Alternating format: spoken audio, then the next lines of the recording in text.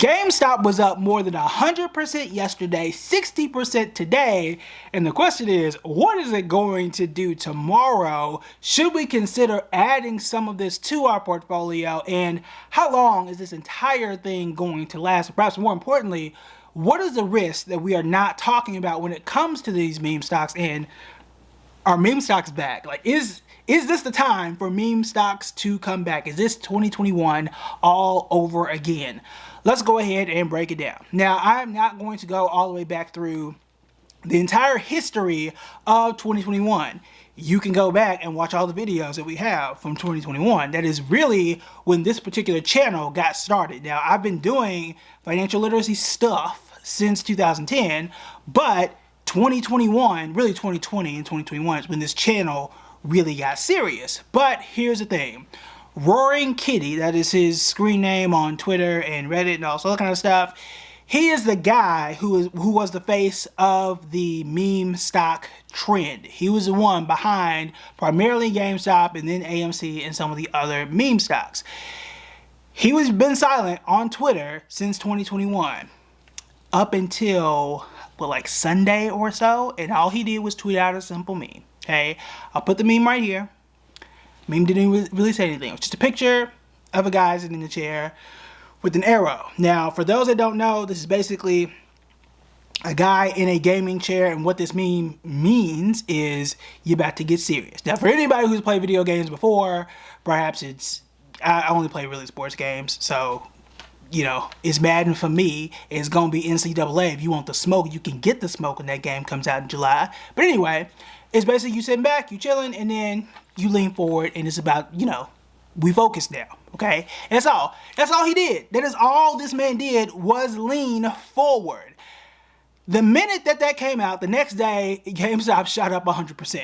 And that's how we got here. That was it. That was it. That was the only thing that he did, and ever since he's been tweeting out random movie clips. Now, if you are thinking that is what set off this entire thing, that is why Yahoo Finance and all these articles and all these stocks and alerts and his Facebook groups are going ham right now, is because of that tweet, the answer is yes. None of this makes sense. That is it. That is it. It's just because of that. There is no business case. There's nothing that GameStop or AMC did to become a better business. I'm sorry. Okay, AMC is not 160% better than what it was the day before. Now, the truth is, could you make money from that fact? Yes, you can. Okay, I want you to separate the fact, because I know there's going to be a hater somewhere in the comments. You can separate the fact that, yes, you can make money from this is not going to work, this is still a bad idea. Okay, this is still a bad idea. I'm telling you right now, this is still a bad idea for you to invest in it. And I'm going to tell you why that's going to be the case. However, that's not going to... You can make money from the lottery, and the lottery is still a bad idea. You can make money from a casino is still a bad idea. Okay? That's not me telling you to do that. I'm just telling you, some people make money from it, don't make it good, right? The odds are not necessarily in your favor. However, it can happen. But here's the thing. We know it's a meme stock. We've seen what meme stocks have done. In 2021, the entire year for the most part, these stocks did do well. I do not think that this is going to be an exact same trend of what happened in 2021 for two specific reasons. Number one, we have what are called inflows. This is basically how much money are retail investors putting into these stocks. And this is a very, very stark stat here. So at the peak in 2021, when we started to see the most amount of money that people were putting into these stocks, the peak for GameStop was $87.5 million in a single day. That is what people were really pumping into these stocks at the peak in 2021. That was the peak. What we're seeing right now is just 15.8 million. Okay, 87 is what we saw. What we're seeing right now is just 15. That's not a whole lot. Okay, that's not a whole lot. Now it's also day two. Okay, perhaps that is going to change down the line. We'll see. Okay, we could argue that this is very early, but right now it ain't nowhere near what we saw back then. For AMC, we saw $170 million get poured into AMC at the peak in 2021. Right now, $37.5 million. Nowhere near. Okay, so that's number one. while it might not be what you thought it was back then. So there is somebody out here, hey, I missed out on 2021. I'm going to do the same thing in 2024. I'm going to really go hard and put in what I wish I had put in 2021 and think you're going to get the exact same return that everybody else got, right, 2, 3, 4 years ago, or really 3 years ago. You might not see that type of return this time around. So I want you to be very, very careful around that. But here's what I think is the most important thing when it comes to trying to go back and get what you might have missed in 2021. And this is extremely dangerous here. Really, two things are extremely dangerous here. Number one, when it comes to investing, really when it comes to finance, but particularly investing, context matters.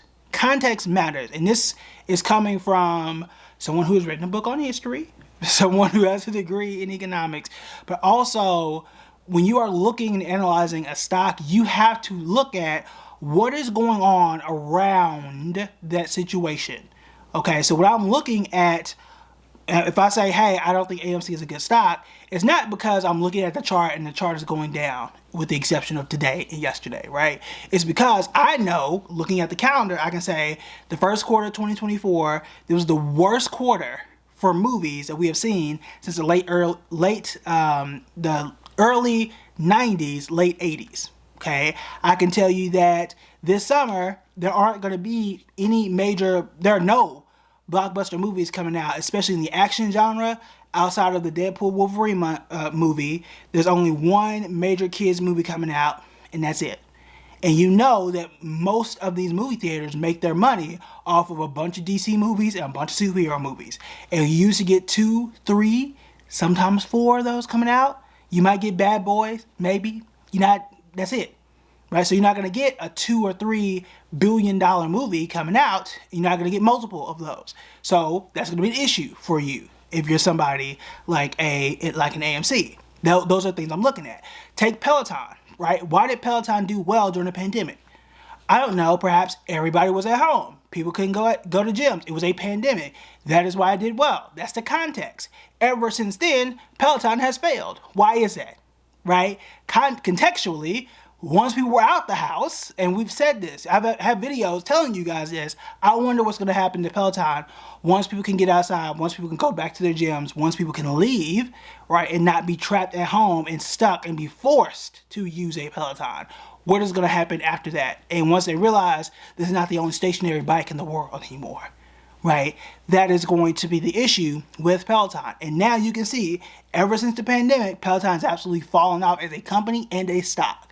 So, what is the difference between the 2021 version of these meme stocks and the 2024 version of these meme stocks? The context is, number one, we don't have that stimulus check money no more.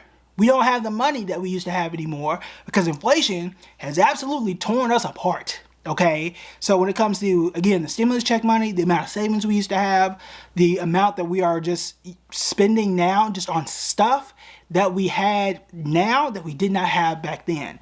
So I'm thinking about the people who weren't spending on student loans that you're spending now. So that was, for some people, $300, $400, $500, $600 that you were saving that you did not have to spend, that you could say, look, I got an extra $400 I can spend on meme stocks because I can, because I don't have to pay these student loans. I haven't had to pay them at that point for the last year and a half.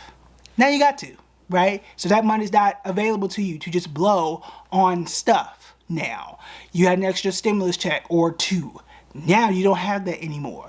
The food that you were spending money on is 2 times more expensive now than what it was then. So the people who could have diamond hands, which was a phrase that they used to use, you don't have that anymore. You might not have it in the way you used to. And you can see that in the numbers of people spending $130 million. It's all the way down to where it is today. And it might not run the exact same way they used to. Notice, I didn't say it wouldn't run at all. I didn't say it was going to crash. Didn't say that. That's not what I said. Okay, watch what I'm telling you. I'm saying, hey, I don't think it's going to run in the same way it did. What we saw last year, what we saw in 2021 is for the entire year, which defied my expectations. It ran the entire year. I don't think it's going to last nearly as long as what it did that time. Because this is a meme stock, it is unpredictable.